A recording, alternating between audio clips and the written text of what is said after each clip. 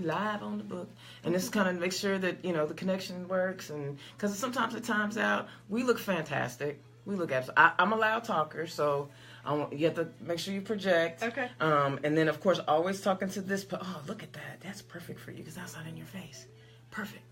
Yes. It's floating up. But it's still not bad, though, because it really isn't in the shot there. All right. Hello, Facebook. Yeah. See, and we have a few people there. Hello, people. Yeah, they join in. Mindy Rogers. They join in. So that's the great thing about it. So now I got to get myself together over here. And this, Hello. Hey, Sherry. Hi, Sherry. Yo, Sherry, everybody said you were a whippersnapper. They loved you. All right. So we got about 15 seconds.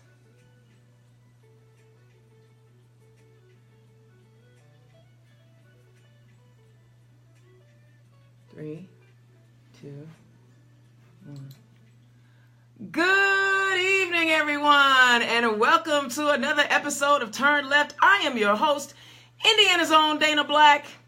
I'm happy to be here with you. Love being in the studio with you live from Collaborative 317 all the way over in Hancock County, Mount Comfort. This is where we broadcast from. Thank you to RadioNext.tv for giving us a platform to talk about politics on the left side of things. All community, all the time.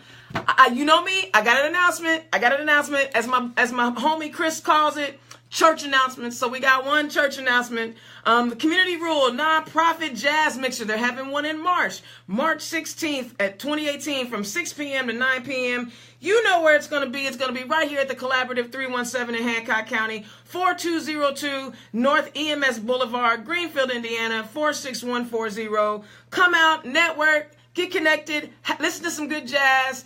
And you know what? All community all the time. If you have something that you want to offer, you have services or anything that you provide to the community and you want to share it, this is a great place to do that. And who doesn't love some smooth jazz? Who are the coolest people on the planet? Jazz musicians. What? Everybody knows that. So come out and hang out with us at Radio Next and Community Rule and all the good things my man HB is doing. I love it. I hope you guys come out and support the work that he's doing. So, a lot of people ask me all the time, Dana, does your wife come with you to all the events that you do? Does your wife hang out with you? Miss Cordelia, a couple weeks ago, pulled me to the side. If you guys don't know who Miss Cordelia is, she's the vice chair of the state party. And she's a veteran, and she's been handling business in Indiana for a very, very long time. And you know what? We call her Miss Cordelia. You don't come with Cordelia, you might get something happening to you, right? And Miss Cordelia called me to the side, and she's like, does your wife come with you to all these events? And because I see you everywhere. Is she hanging out with you? And I'm like, nah. Maya doesn't really care about these things. She's a homebody. She's not interested in running around and doing all the stuff that I do, but she doesn't trip that I do it, and she encourages me to be the best that I can be. But Miss Cordelia says, well, you better not neglect her. Okay, so I want you guys to know I have not been neglecting my wife. We just came back from a long weekend in San Diego. It was sunny. We had a fantastic time. I posted a few pictures. We just went away for a long weekend. By the way, United Airlines, y'all got to do better.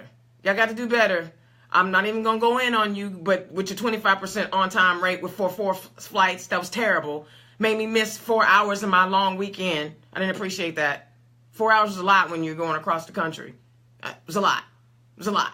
But we had a long weekend. We really enjoyed each other's company. My wife actually went out to a club with me. She very seldom goes out. And so we just had a really good time. So thank you, everybody, for who looks out for my wife. I've had people send her flowers. I've had people send her coffee, to make sure that you guys make sure my wife is included in the love that you give me. And I really do appreciate that. All right, just a couple things. I saw that there was a bill that got passed in the House and in the Senate this week. The legislators passed a bill that made it illegal. I want y'all to hear the things that they are really focusing in on in this supermajority House and Senate that we have. And I'm not BSing. You can Google this. Right? They passed a bill, and it's going to go to the governor's desk because they spent time and money on this, on making it illegal to tattoo your eyeball. Y'all think I'm crazy. I'm not making this stuff up. I mean, small government, we want government out of our lives. We want to be able to do what we want to do, but you are not allowed to tattoo your eyeball in Indiana. I'm just saying, these are the issues that they... It's a high priority. It was way up there because we can't get hate crimes. Can't get that one. And we want small government. We used to say we want a small government so small that it fits inside of our uterus so they can tell us what to do with our uterus. But now government is so small that it can fit on your eyeball, thanks to the General Assembly of Indiana 2018 passing a bill that you cannot tattoo your eyeball. The things that they think about. Hey, the Senate committee killed the loan shark bill. Thank goodness for that. That was a horrible bill. It was going to be horrible for the citizens of Indiana. It was going to be horrible for people who are struggling, the most vulnerable among us, because I don't understand how you pass a bill out of the House that says that it is the interest rate on your loans are 222%, but the felony rate for loan sharking was 72%. Not sure how that worked out in their minds. I'm glad the Senate killed that. I would like to think that I had something to do with it. Maybe, maybe not. Probably not, but I'm glad that bill was killed. That was a terrible bill. Thank goodness. Cooler heads prevailed. All right. That's all I got today. Because you know what? When my special guest hit me up this week, she was like, can I bring props? I'm like, nobody's ever asked me that before. So I'm not even going to waste time talking about anything else. I want to introduce you guys to Anna Murray, who is running for House seat 46. State Senate 46. Yes. Okay, I try to keep them all together, y'all. There's 100 Senate House seats, 50 Senate seats. I really try. I got them on the thing, though. So everyone say hello to Anna Murray, who drove all the way up from Jeffersonville, Indiana. I told you guys, this is all about the total state, from border to border, from lake to river, border to border. We are all about Hoosiers who are running up and down the state. And this is the year of the woman. Ding! We bringing more women to the table. Welcome to Turn Left, Anna. How are you doing? I'm doing great. Thank you so much for having me. Thank you for driving all the way up. I know it was not easy. The rain was kind of icky today, and could have been worse. At least there were no tornadoes. No tornadoes and no flash snow. Floods. And no snow, because it's just we haven't even got the tournament time, and it ain't snowing, so we got lucky. So, I met you at French Lick. Mm-hmm. And I thought you were kind of cool. You had a little cool haircut, She's got a little earring in her nose. I was like, she kind of cool. I'm looking forward to getting to know you and sharing with you who you are with everyone else. So talk to us. Where you come from? What you been doing? Why you here? Well, where I come from, that's kind of a long answer to that one. I've lived in 6 different states. Whoa. I was born in Kentucky, but I never lived there. Okay. That's like me. I was born in Cincinnati, but never lived there. Okay. I lived in Texas for 8 years, Washington State for 5 years, and we went to North Carolina for 2 years, back to Washington. Military? My mom worked for the FAA. Oh, okay, So okay. She had some opportunities to move around. Okay. And then I went through high school in Washington State, went to undergrad in Seattle at the University of Washington. Nice. I majored in international studies on the environment. Okay. And then I went to law school in Oregon. Law school. And then we we were planning to live in Louisville, actually, to be central, because his family's from Chicago, my family is from Kentucky, it's kind of central. Okay. But then when we went to buy a house, we liked southern Indiana, so. Hey, who's your hospitality, baby? It's real. Okay, so tell us, when you were in school, did you go to public schools? Yes. Check that out. A public school student who actually could go to law school. What you know about them public schools? They turn out law students. Did you graduate from law school? I did. Check that out. Public schools produce law graduates. Did you pass the bar? I did. Okay, so how many states are you barred in? 2. Oh, shut up. Hey, public schools can get people barred. Not barred, but you can pass the bar in 2 states. Check that out. We should continue to fund public education. think so. I think we should. So, you've been all over the place and you got to see so many different things. What was it like for you the first time you decided to settle in Indiana? I know being in Washington, Texas probably wasn't that bad because Texas and Kentucky, it's all red, right? That's when I was really young too. So yeah.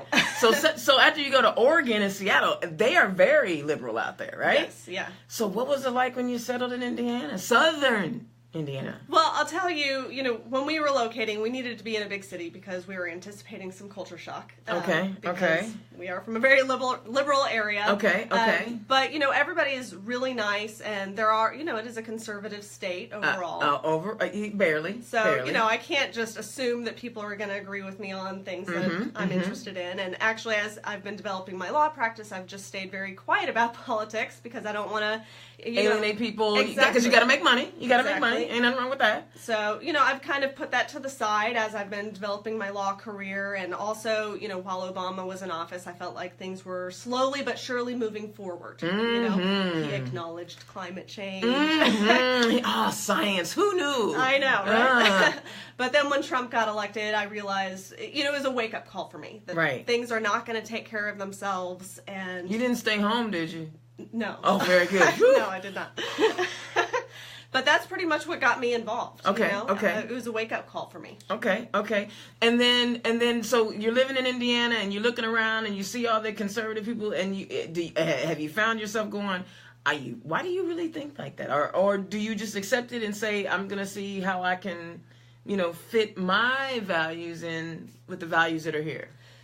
Right. So I'm not trying to fight anybody on their beliefs that they have. Good.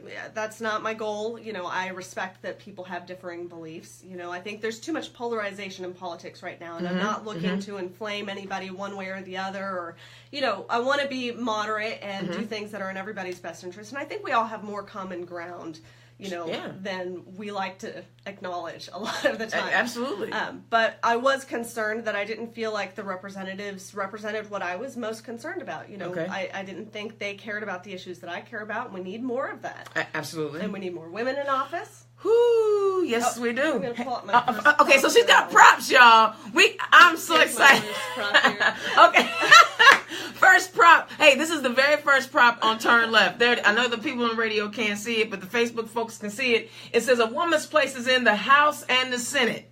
So where did you make that sign? I made this for, we had a rally in Louisville. I think it was a women's rally. Okay. All my events are kind of blurring together. I understand. I've got some woman power here. Yes. So you are definitely about having more women as elected officials. Yes. Other than being a woman, why? Tell me where that passion comes from. The natural thing is because I'm a woman, right? But give me real reasons. Well, I think our government it's a representative democracy, right? And so it's important that the governmental officials who are making decisions look like the makeup of the people that they're making decisions for.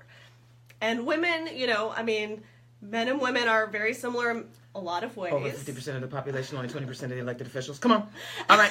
But women do approach issues differently. Absolutely.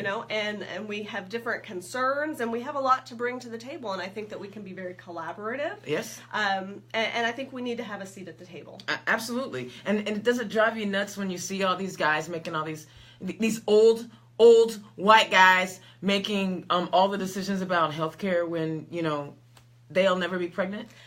Yeah, and it's interesting if you look at, birth control isn't covered under some insurance policies, but then, Viagra is. It's that kind of thing, it's laws written by men for men. And here's the thing that I always found interesting, as women, our reproductive years are limited. I think their little thing is limited too. And I'm going to need them to get the Viagra off the market because I think time ran out. If we run out, y'all run out. What? No, I'm sorry, dudes. Y'all, my bad. I'm a lesbian. What do I care? I don't care. So, okay, so you decide November 8th, 2016, you're staring at the TV going, what? Yeah, I didn't actually watch as it was happening. We don't really watch TV, but I found out the next day, and I was very shocked. Wow. Okay, so you didn't watch any of the returns? No. I wasn't going to put myself through that. Wow. Yeah, I was with a whole bunch of people, and the whole room was like at a funeral. And it was weird because I was excited that I had finished my first campaign, and I'm all like, I did it. I made it to the finish line. I ain't gonna win, but I made it to the finish line. And everybody else is like, yeah, this is the worst thing ever. And I'm like, oh, okay, everybody's down. It was bad. It was bad. It was bad. I didn't think it was the worst thing in America, but it was bad. Yeah.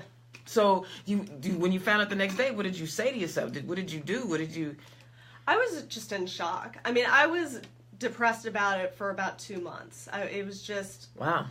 I was just in shock. I couldn't believe it. And I was very concerned about what this meant, for minorities, for the environment. I mean, I was just very concerned. Because we had moved forward, so much. And no, Barack didn't get everything done that we wanted to get done as liberals.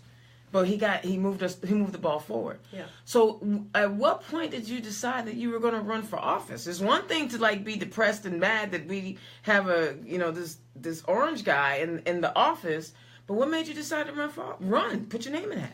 Well, my sister-in-law, or my brother-in-law's wife, I guess that's sister-in-law, she had asked me if I had ever thought of running for office, which I hadn't. Okay. But that planted a seed. Okay. And over the next couple of weeks, as I thought about that, I thought, well, why not me? Right. And you're obviously smarter than the average 45th president of the United States. And as I, thought about that more and envisioned what that would look like, I started to feel better. Okay. Because I was thinking optimistically, thinking about what I could do to change the situation instead of just wallowing in despair of the situation that we're in. Right. And so how did you pick the seat that you were going to run for? Well, I kind of, went for the issues that I care about. Okay. I've never run for office before, so this is kind of a big seat for your first time running. But I'm not passionate about, zoning ordinances, or some of these local municipalities, things, which are very important. They are very important, but not my passion. Right. I'm at the state level too. I'm really, I get it. So I echo what you're saying. A lot of people were like, "Why don't you run for school board instead of running against the Speaker of the House?" And it's like, yeah, but I care about that. Right. And when you're passionate about it, you're going to do a better job. Right. Well, and I'm not. Why would I dedicate my time to a campaign and spend all this effort doing something that I don't really care about too much? Right. And that's it. And so let's dive into it, because you have a lot of props, and I believe that we can talk for 45 minutes about all of these. If you guys saw all this stuff that we brought in. Yo, it is so cool. I mean, look, we even got flashing lights behind us. I mean, this is amazing. I'm loving it. All right. So tell me about every candidate, when they start to run their campaign, they have... we probably need to, get another prop going here. Okay. This was one of my first props when I started the campaign. Okay, what is this prop? What does this represent? It's a crown. It's headband. Okay, star headband. We used this for the first couple of parades that I did over the summer. Okay, so it's a blue star crown that she's wearing like a headband that she's wearing like a crown. Yeah, I passed these out to all the people who are walking with me. Excellent. I bet the kids loved it though. Yes. Definitely. Okay, and then so tell us about what you're running for, or the issues that get you motivated. Right. So the first one of my issues in my platform is strengthening the economy, and I leave it vague intentionally because of the polarization that we have in politics. Okay. My district is currently the seat is held by a Republican. There's a lot of Republican voters. Okay. And I don't want people to immediately turn off. I think that's what happens with a lot of people. They hear a word, it's a buzzword, they already their minds are made up. Right. They aren't going to think about it. Right. So my platforms, I left on my materials here intentionally a little bit vague, so it requires additional conversation and kind of gets the thought process. Right? Okay, so you're making people think. I love that. Okay, yes. So strengthening the economy, and what my focus is on that is raising the minimum wage to a living wage. Because I think if anybody is working 40 hours a week, they shouldn't struggle to put food on the table. No, and the government shouldn't subsidize organizations who are paying people who have employees that work 40 hours a week. Right. I mean, think about it. The government is subsidizing them. Yeah. I mean, if you're working, you should be able to comfortably put a roof over your head and food on your plate. Okay. Right now we've got single parents who are working 2 and sometimes 3 jobs, and they're still struggling, and that's just not right. And for the Party for American or Family Values, surely they don't want parents away from their kids for 12 and 15 hours a day, would they? No. So what other economic ideas do you have? So also, I'm really concerned about what we're doing with corporate taxes right now. Oh, okay. We are cutting corporate taxes, and we're giving away a lot of tax money. Yes, we are. We're doing the same thing that Kansas has done. Kansas has kept minimum wages low and cut corporate taxes, and they are struggling. Absolutely. They're not bringing enough revenue. I mean, you would think they would understand the revenue side of it, but I guess they figure, the government shouldn't do anything for its people. Like, pave roads. Dum-dums. But anyway. Yeah, so I think we should take a more targeted approach to corporations. So okay, what does that mean? I think we should incentivize good corporate behavior. So instead of saying across the board, we're cutting the entire corporate tax rate for everybody with no strings attached, and hopefully it will trickle down, instead say, all right, if you pay your employees a living wage, or if you, engage in sustainable business practices, or offer really good health care. Yeah, if you're bringing benefits to the community, then you can get a tax. Excellent. I like that idea. It incentivizes them to want to be good, stewards of the community. I like that idea. That's actually I like that a lot. It's better than just saying stop giving tax breaks. Well, there's advantages to giving tax breaks, right? I mean, And see, as liberals, we're not opposed to businesses making money. No, you need to have businesses. You want them to come to your area. We need jobs, but we need good paying jobs. We need good paying jobs, and we need them to be good stewards of the community. I love that. What else you got? Well, the last thing I want to mention on the economy piece is actually regards to some legislation that made it through the House. I don't know if you're familiar with House Bill 1002. Tell me about it. So the Senate Democratic Caucus is calling it the corporate self-support tax, and it does a whole lot of things. It made it through the House and is currently, or last time I checked, which was last week, was in the Senate Committee on Appropriations, and what it does is it directs all of our corporate tax revenue, which currently goes into the general fund to pay for schools and all of that, all of it would go into workforce development. And that was about almost $1 billion in fiscal year 2016. Okay. And so basically it's wanting to redirect that money to train businesses' employees. Okay. And what is your take on that bill? Well, I don't think we can afford to do that. Okay. I wanted you to finish it up. I wanted you to keep going with it. I'm like, this don't sound like a good idea. No, I don't think right now our schools are struggling as it is. We can't keep teachers in there because we're not paying them enough. Our schools are undersupplied, understaffed. Not to mention we need to repair our roads and we need more rehabilitation programs. There's a whole lot of things that we need, and we don't need to be cutting corporate taxes. And then the money that we do get from them, $1 billion, give it back to them. Yeah, we're going to use it to train their own employees. They're going to give it back to them. We're going to excuse me. That is like the biggest tax return you could ever get. You give me your tax dollars and I give it right back to you. Wow. Yeah. So where did and I haven't heard the argument on this bill. I'm glad you. What was it again? 1002. 1002. If that's $1 billion, where do they plan to get the revenue then to cover all of the? I haven't heard the argument, so I don't know. Where do they plan to get the revenue to cover all the other things that we need in our community, like public education? I think that's a great question. Oh, wow. We need to look that. That's a serious bill. 1002. I need to write that down. Hold on. Yeah. I'm writing it down. I got my pen and my pad now. Hold on. Hopefully, and I don't know. I haven't checked this week because I've been really busy, but hopefully it will fizzle in the Senate Committee on Appropriations. I hope so. But it made it all the way through the House. 1002. I need to write that down. All right. 1002. HB 1002. You know what? The House has been really passing some crappy bills. I mean, dude, BB, what you doing over there, man? I sure hope my girl Poonam can get rid of that guy, because why would you call that bill? I don't even understand what benefit. How does that benefit the citizens of our state? And it doesn't. Well, and she got me on a tangent. I'm ready to go. I can see one potential argument. Okay, tell me. So businesses that are thinking about coming to Indiana, they don't say, oh, well, there's not enough incentives because, by one study, Indiana is like the 5th most business-friendly state, right? So they're not saying, oh, we're not getting enough incentives. They're saying, oh, we don't have enough trained employees. Right. Or qualified employees. Right. But see, one of the reasons why they don't have enough qualified employees is because people don't want to live here.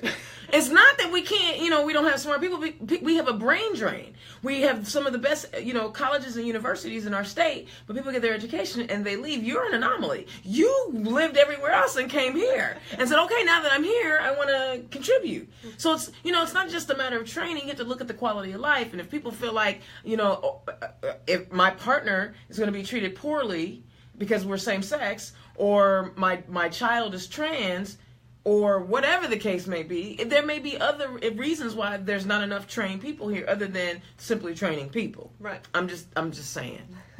She's got me on a tangent. I'm going to look that bill up, find out what BB is over there doing. Okay, so improving the economic stability of citizens of the state of Indiana is what I'm hearing, and yes. I like that. Yeah. All right. Starting with the workers and building up instead of this whole trickle down thing, which has never worked. It's never worked, and I don't know why. Yeah, it never worked. It only works for the 1%. That's it. Yeah. And that's like the super 1%, like the 0.01%. Right. All right, so what is your other goals? What are some other things you want to work on? So the next one is practical solutions to the opioid crisis. Okay, so what does that look like? I've got it. Well, let me show you what it looks like. We got more props. I love it. All right, what we got here? This is a wrapped canvas. A wrapped canvas. Okay, it's a wrapped canvas. I thought our listeners would particularly enjoy this one. Okay, excellent.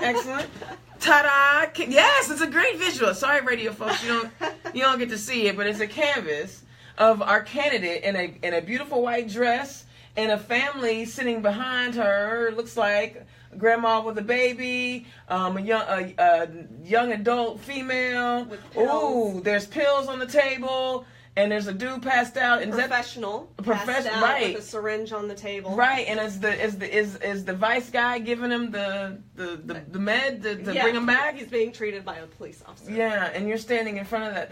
That's an interesting take. Okay, so first of all, what made you do this? Did somebody paint that, or No. Okay. No, this is a printed canvas. Okay, printed canvas. And what made you do this visual? Well, I wanted to, we're in a very visual culture right now. Okay. So I wanted something that would really humanize the problem. Because I think one of our concerns with the opioid epidemic, this is multiple concerns. And one of them is that people who have addictions are dehumanized. They're looked at as subhuman, they're looked at as junkies. Brown and black people, but go ahead. Yes. Also that. Yeah. And I wanted to just bring it to life for people, to help them to realize that this is here, this is a serious problem, it's affecting white people, which they know, because black people being strung out never really was an issue. It was a criminal issue. That's not a platform. No. That filled jails, and we created the private jail industry, and that's. And I've had a hard time getting on board. Don't get me wrong. I understand that the opioid crisis is a serious medical issue, and and especially with the fact that our DCS is in shambles, right? I really get that, but the emotional part of me is like, but when black folks was going through this, man, y'all was locking us up, putting us in jail, and tearing families apart. Yeah. But go ahead. I'm gonna let you talk about it. I think that's important too, though. Right. I've heard some people say, they're concerned that once we get this under control, then that's. If there's any, or if it moves to the black community, that the concern's going to go Absolutely, away. It will, because we've seen over and over again. If it doesn't affect white folks, except for guns, you can kill all the white people you want with guns. They're not going to do anything about that one. They're not going to do anything about. Hey, but opioid, and kids being homeless. Yeah, that's an interesting problem. But despite the fact that our response to it has some racist problems, absolutely, it's still a problem. It is a problem. Okay, and I'm gonna let you talk about it. So, I like what you said, that it's a medical issue, and I think that's precisely it. We don't have a good cultural view of addiction. We look at it as a moral failing. You know, Right. but people get addicted to heroin and OxyContin for a lot of different reasons. Absolutely. Some of them have been legitimately injured and prescribed something by a physician that, you know, they were told it wasn't addictive. And then they developed an addiction. Right. You know, Yeah. and then they get cut off, and what are they supposed to do? They physically require it. Right. And so then they're forced to go get it because they can't get it otherwise, or they don't have insurance. Some people go to it because they're self-medicating for some other untreated problem. Some people go to it because, you know, various reasons, maybe for recreation or whatever, you know. So there's a lot of ways people get addicted.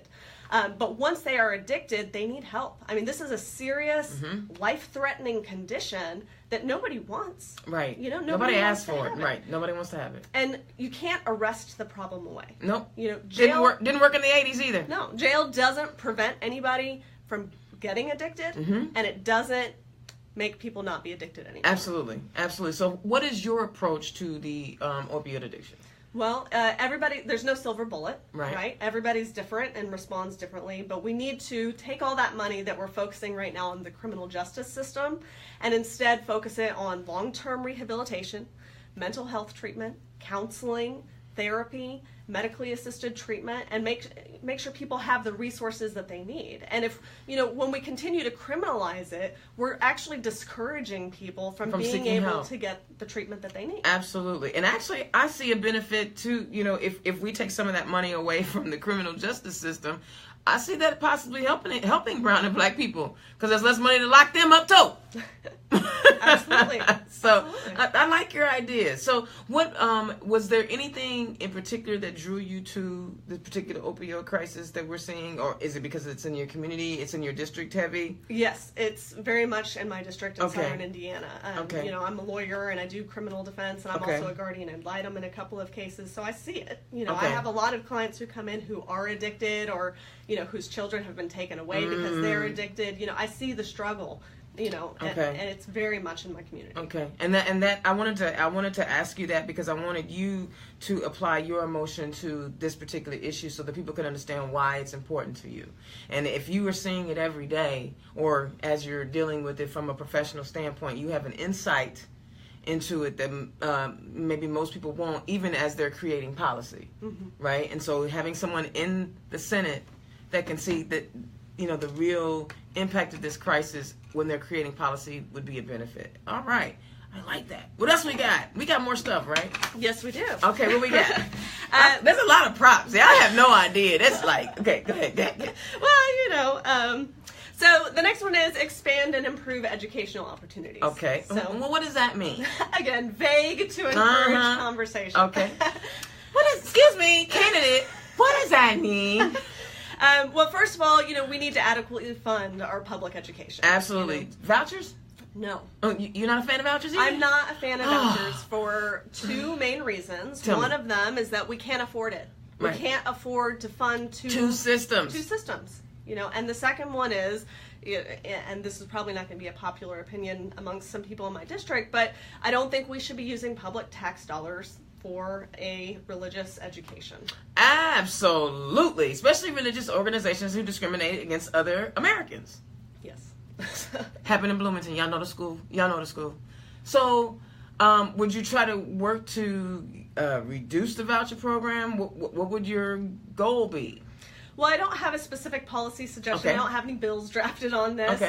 But certainly, you know, the public schools are losing a lot of money, and that they shouldn't be losing. One problem that a lot of people aren't aware of is sometimes you've got a student who will go to a private school up through counting day, and then the school will kick that student out. Absolutely, but the money stays. The money stays with the private school, and now that student is back in the public education system, and they have to be taught, but the school is not being paid for it. Right, and the money doesn't come back. And the other thing that drives me crazy about the voucher program is that even parochial or private schools don't have to take every student, whereas public schools have to take every student. So even those that are more challenged, than others that are going to cost a little bit more. Your special needs kids, they're going to cost a little bit more. And now we don't even have the extra resources because they allocate the same amount of money, right, for each child. Mm-hmm. They don't differentiate the amount of money, I think. And if I'm wrong, you guys correct me.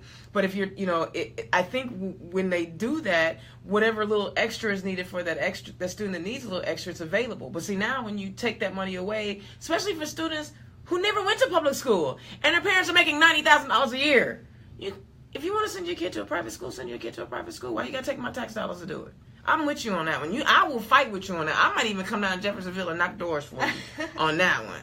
Okay, so what? Well, and let me mention one other thing too. I like to look at best examples throughout the world, right? We don't have to reinvent the wheel. No, we don't. And I always IT phrase. Yes, I love it. I like to look at Finland, which has the best educational system in the world, and they don't allow any private schools at all.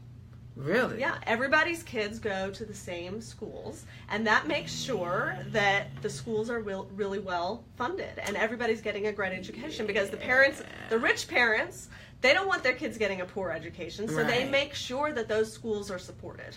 Wow, that's a tough one because it's not even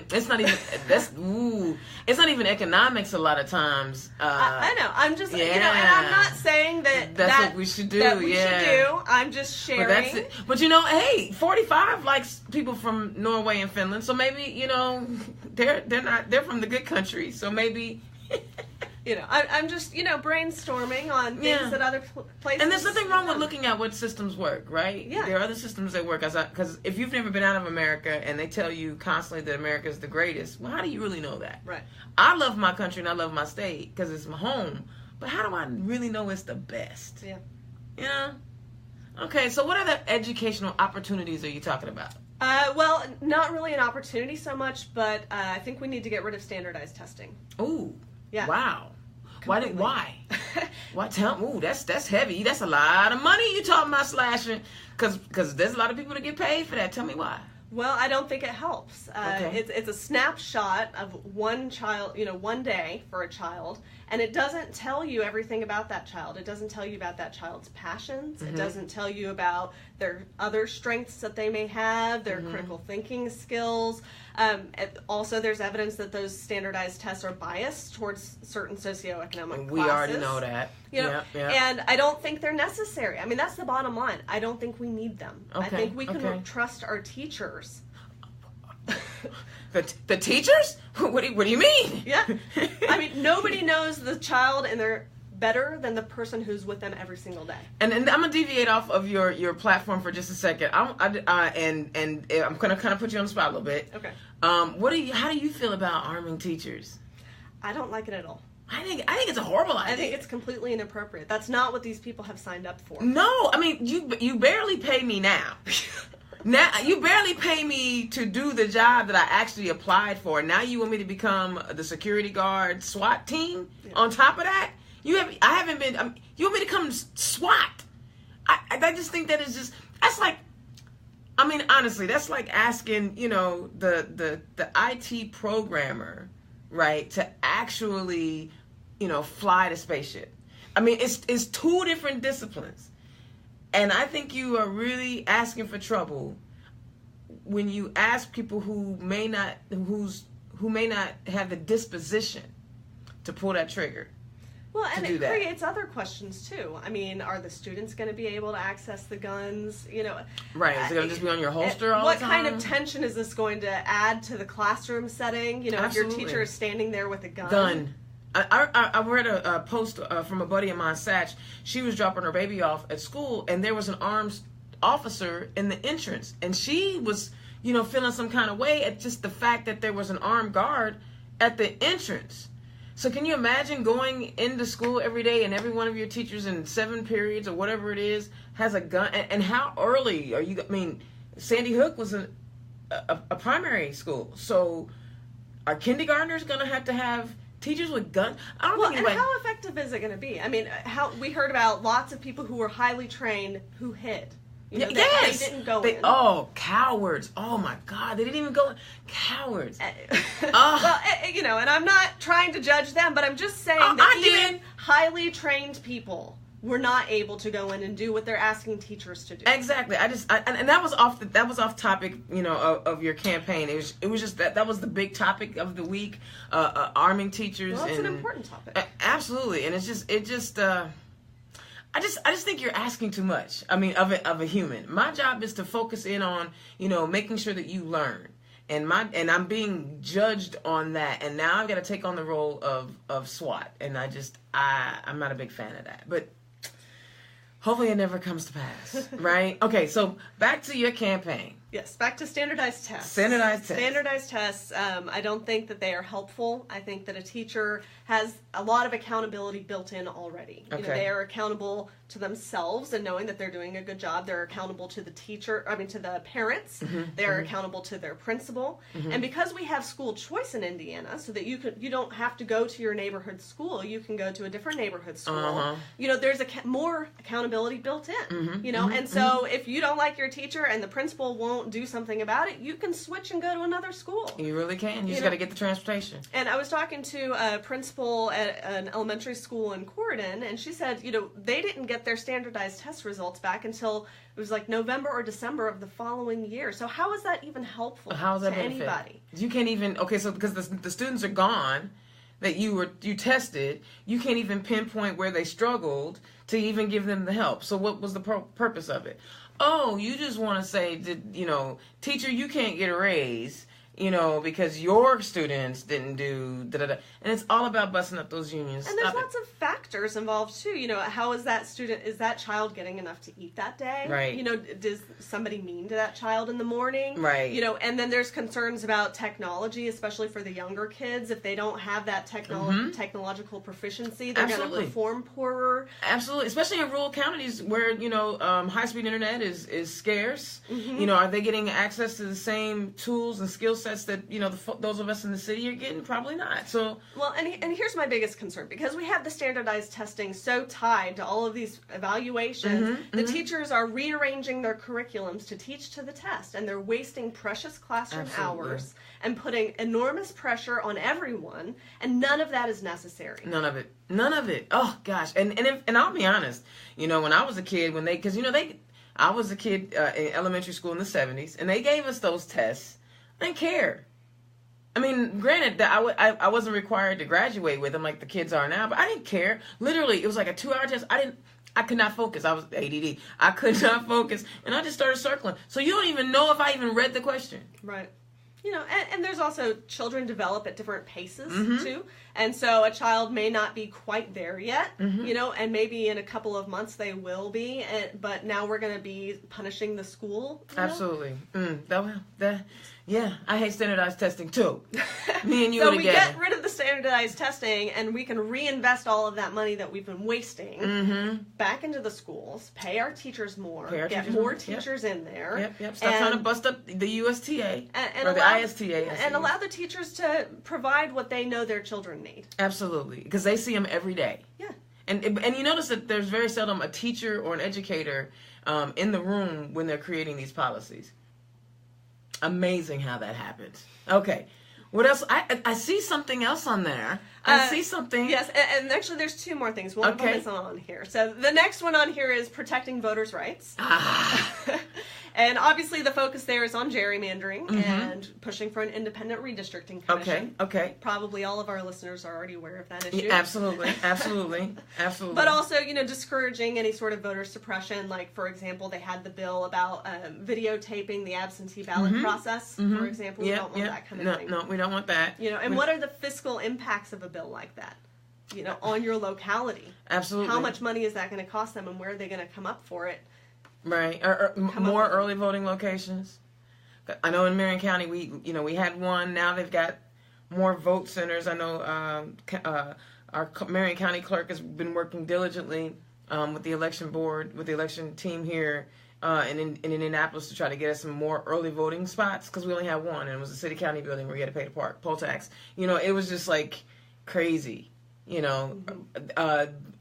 Hamilton County, Boone County, all the surrounding donut counties had more early voting locations than Marion County, and all those populations combined weren't the same as Indianapolis. Nice. That's why we got to get more. Listen, That's why you gotta have more balance, right? We're not gonna always agree, but you know, the fact that the supermajority is really silencing, you know, almost half the population is the real problem. Absolutely. And gerrymandering is a part of that. Yeah, I mean, you have to have both voices, you know, because Republicans have legitimate concerns. Democrats have legitimate concerns. And what we need to do is be able to come together and share what are our mutual concerns and how can we solve or address all of them, you know? But right now, because we have the supermajority, the concerns of the Democrats are just ignored. Ignored. And, you know, Senator Lannon needs more than 9 senators in the State House to help move things along. It's just crazy. So, yeah. Okay. All right, I'm next. I want more props. More props? Okay. I want more props. All right. Well, I'll switch my headgear. Okay. Oh. Right. So one of the themes in my campaign, and this just happened because I was campaigning early, and Halloween came along, and I love to dress up. Okay. So I wanted something that was, you know, appropriate for a campaign and kind of, you know, also fun. And so we went with Wonder Woman. So this is a Wonder Woman crown my husband got me. Everyone has seen my icon on my Facebook page is still Wonder Woman. Yay! I love it because you are a Wonder Woman. Well, and I got to, I also have a shield that goes with this. Yes! So this Boom! is my Wonder Woman shield. Yes! I love it, her shield. Yes! Yes! There is a full costume, but I didn't want to go overboard. That's all right. You know what? Ridiculous. This is great. I mean, this is a fun personality, you guys. This is fun. She brought props. I mean, who doesn't want... I mean, come on. You can continue to keep voting for stuffy, stiff-back, balding graybeards, or you can... A woman that wants to dress up in a Wonder Woman costume. That is awesome. That's actually really uncomfortable. And if you look, she would be all right in the Wonder Woman costume. She's it's not like you can't, you know, it's not like she's got to hide everything. She's going to be all right. I love it. What else you got? Keep talking to me. All right. So, I'm having fun with you. I'm sorry. I'm having way too much fun. Okay. So the other thing, which didn't make it onto my printed materials, because I wasn't sure at first how heavy I was going to be with this. I thought it was going to be an issue that I would kind of keep to the sidelines because I thought maybe it might be too controversial. Okay. But I've changed my mind on that. All right. And that's legalizing medical marijuana. Okay. I'm with it.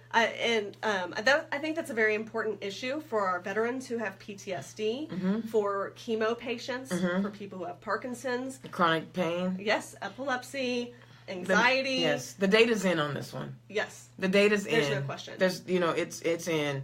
But, you know, considering that it took us 200 years to get, you know, to sell alcohol on Sunday, you know what? Sunday, y'all can buy alcohol. This Sunday. But not past 8. Right. So go early. I love Republicans. They're so hilarious, right? The liquor consortium said, "Yay, yeah, you can sell alcohol." So now in Indiana, you don't have to go across the board. Do you know there were like lobbyists in Michigan, Illinois, and Ohio? They were like, "No, Indiana, don't sell alcohol on Sunday." That doesn't surprise me because I live on the border. Right? And they were like, "No, don't do it because I lose money. I ain't gonna do with you, dog." So yes, medical marijuana, and I'll be honest, I'm for, you know, marijuana legalization across the board.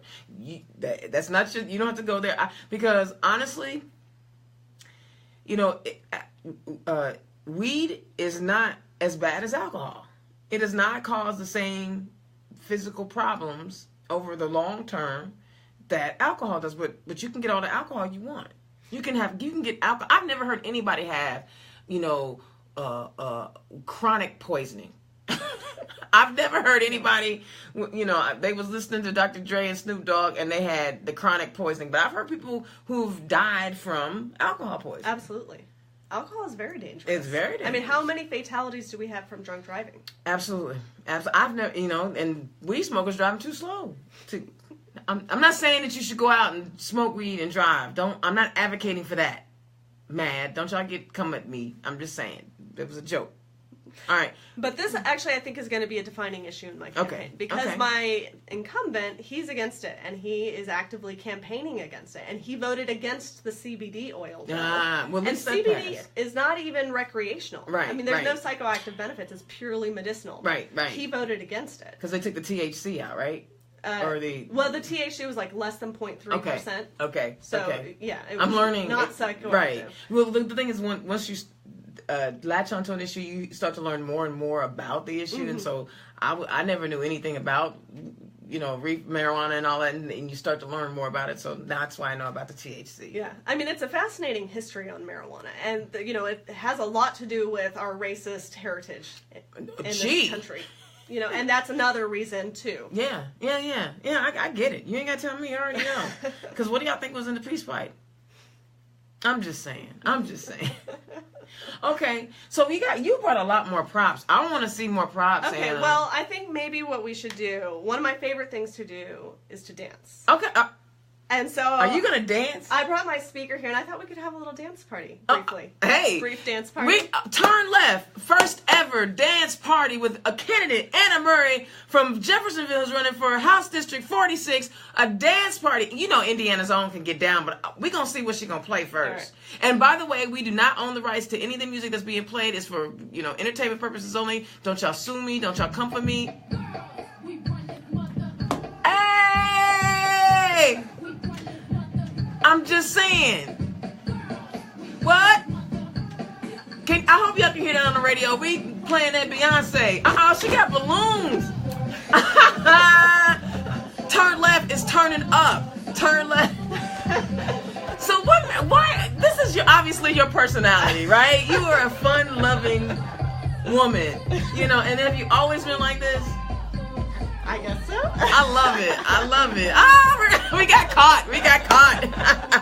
Okay, so tell the people how they can find you. Where can it? Because listen, I don't understand why anybody would not want to come help this young lady win a seat in our Senate. She's fun. She's energetic. She is about smiling and bringing positive energy. I hope y'all felt this. So tell people where they can find you. You can find me on Facebook at Anna for Indiana or online at annaforindiana.com. Because we want to be able to donate and volunteer. Yes. If you were here, you could put money in my donation box here. She's got a donation box. Slot. But since you're not here, you'll have to just put your donations online electronically through my website on Squarespace. Absolutely. I love it. And if you want to, that's for my radio listeners here. That's okay. A little box. Yes, I've got buttons available. I've got bumper stickers available. Yes. I've got shirts available. What? Anna for Indiana. Anna for Indiana. I love it. Yo, you've stepped the game up on Turn Left. I can't just come over here and just start talking about policies. You done brought props and pictures. This is great. This is fantastic. I hope people really feel your personality. I'm feeling it because this is the first time we really, other than meeting at French Lick at the women's event, we haven't really talked. But I was like, hey, you're running. Will you come on my show, please? and here we are months later. Because that was in August, right? August. And so and you said, you drive up, and I am immensely glad that you did because this was fun. I can't stop smiling. Hey, radio, y'all missing out because we are turned up in here. What? Anytime you got a candidate that likes to dance, Congressman Carson likes to do a karaoke for his birthday every year fundraiser. So, something to consider as you can have your dance party, dance off fundraiser for Anna Murray. Well, actually, I might be dancing in a Dancing with the Stars local celebrity. Nice! To benefit the Breakaway House, and that's actually who we're going to be giving this canvas to as well. Okay. And that's a new rehabilitation facility for women in New Albany. Okay. And so do you have any fundraisers coming up, or do you have any events that people could come and meet you? I don't right this second. Okay. I've been so busy in February. I've been kind of consumed with that, and also getting all of my. Oh, let me show you another thing. More props. We have clipboards for my walkers, and I'm sharing this for other candidates to give you some ideas. This is a storage clipboard. Okay. And so inside of it, we've got extra voter registrations. Excellent. We've got push cards. We've got remit and envelopes. It keeps things dry. Yes, and keeps them, because before we had too much stuff under here, and it was just falling off all the time. So I gave all of my walkers one of these. Nice. Nice investment in the people who are investing in you. Yes. I like that. I didn't do that. I was too cheap. In fact, my clipboards were donated to me by Dawn Lewis. So I you know, you have to, when you have so much money, you're like, yeah, we're not spending money there. I love it. You are awesome. Thanks for having me. Oh my God, yo, man, y'all missed out. Yeah, I love it. I mean, she brought in a big old speaker, and I mean, listen, you know, one of the things that I love about Turn Left and getting listeners is the opportunity for people to get to know these candidates. You know, we hear about somebody being elected to office, or you know, but we don't get to know who they are. And I think, you know, you really let your personality show. I think you talked about really great issues and the things that matter to you most, and I think they matter to the people in your district as well. And that's very important. So you guys get down to Jeffersonville, get down to District 46, and help Anna out. I want to see as many people as I can. I heard you said you already have like 20 people committed to help. For door-to-door, yeah. Door-to-door? Are you doing any phone calling or anything like that? I haven't been heavy on that right now. Okay. I am still working. Yeah, I understand.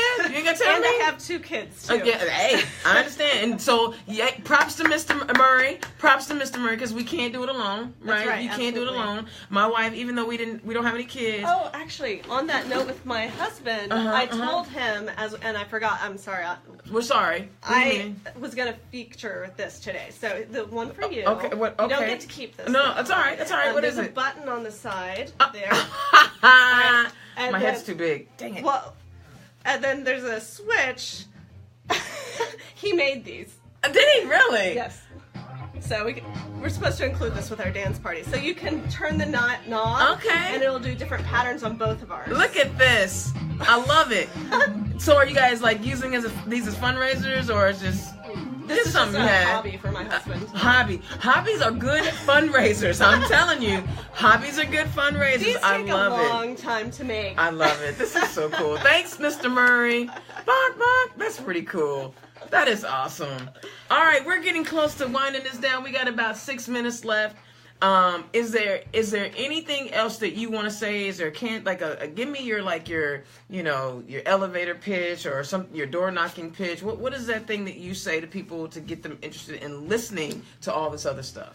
Well, you know, I mean, I just introduce myself and let them know who I am, and then just go over my platforms, basically. You know, okay. That I think we need to have a livable wage. Our minimum wage needs to be a livable wage. Our minimum wage hasn't gone up in the last 4 years. I think it's gone up just a little bit, and then in the last 20 years altogether, it's only gone up $2.10. $2.10. 20 years. 20 years. You know, and right now our minimum wage is $7.25, and a livable wage in Southern Indiana is almost $16 an hour. Wow. You know, wow. I don't think that makes sense. You know, and we didn't talk about unions tonight, but we did, I'm but all about unions. Yes, we are. You know, I got Chuck Jones scheduled. Y'all saw I got Chuck Jones scheduled to come on Turn Left. So you know, I'm all about the unions. Yeah, so I mean, and then I talk about the opioid crisis and how we need to focus on long-term rehabilitation, mental health, counseling, and make sure people who need it have medically assisted treatment available to them, expanding education and making sure our public schools are properly funded and getting rid of standardized testing, and then eliminating gerrymandering through an independent redistricting commission, and now also adding to that legalizing medical marijuana. Absolutely, I think you got it. I don't. Who are you running against? You never said the name, and normally I don't. I let them say it once, and I don't even know who you was running against. Ron Grooms. Oh, I still don't know. Okay, I don't know anyone. So if you don't like that guy, I'm bringing you a Wonder Woman who is like jamming on Turn Left. Even I never thought to bring my own music and my own props to the show. You livened up the show today, I'm telling you. Okay, so just one more thing I wanted to share with you guys. Scott, by the way, I got the former minority leader coming on next week. He's got Scott Pilath, you know, he's retiring.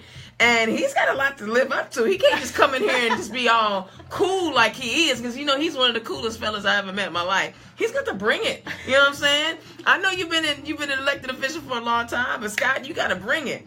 All right. Hey, listen, one of the things that we do that I'm excited about as deputy chair for the state party for engagement is I try to figure out how to engage. And so last year was really a learning experience and trying to figure out how do I work this role and how can I have an impact in the community.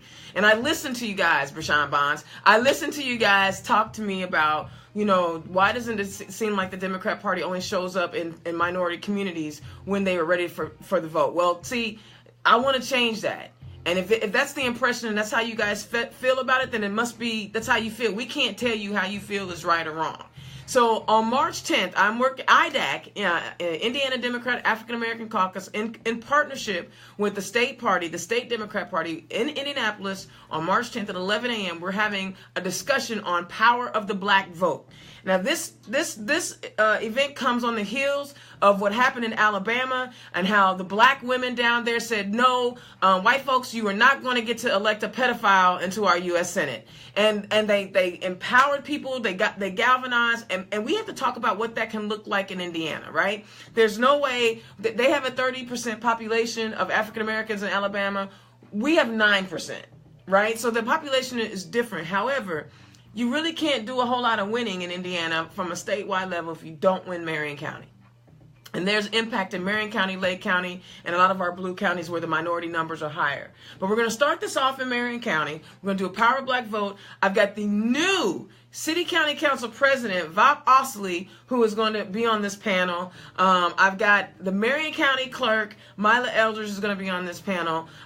Black Lives Matter activist, Brashawn Bonds, is going to be on this panel. And I'm trying to secure one more before I announce, because he's a new fella to our city, and I want to bring a different dynamic, something that you've not heard before. So I'm trying to wrap that up in the ball. But we're going to talk about the power of the black vote. Share this. I want black people to come to this event, not just politicos. I want people who have not actually engaged or feel like, politics is for them over there. We've got to connect those dots, people. We've got to get our community involved and engaged in figuring out how we can influence policy to change our lives in our community.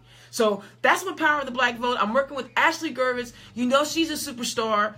Boom. I knew we would do great things when I started working with Ashley. But I wanted to share that at the closing of the show, because I want to end on a positive note where the state party is working hard.